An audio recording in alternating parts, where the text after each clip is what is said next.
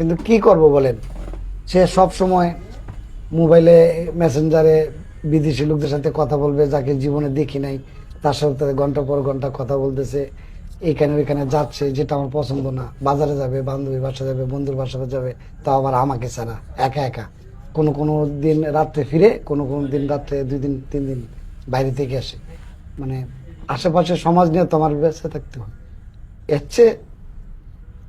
চেয়ে চিন্তা করছি যে দুষ্ট গোয়ালের চেয়ে শূন্য গোয়াল অনেক ভালো।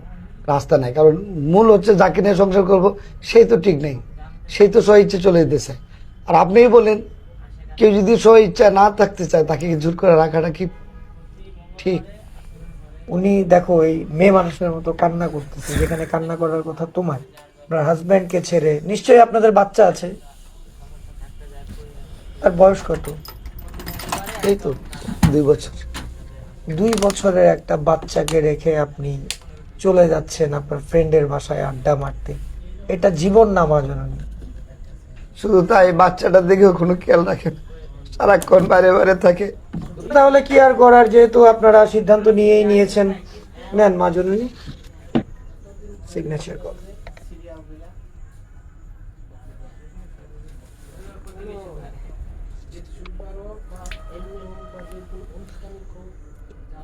আপনি এখানে চিকন সাহেব প্লিজ। দিয়ে দিচ্ছে আর কারো অপেক্ষা থাকবে, সব ক্লিয়ার দিয়ে দাও, কিছু করার নেই।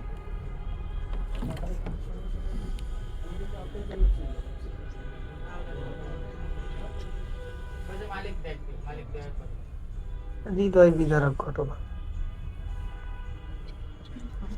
যথেষ্ট চেষ্টা না তাহলে আপনাদের আজ থেকে ধর্ম শরীয়ত মোতাবেক আপনারা স্বামী স্ত্রী নেই। স্বামী স্ত্রী না,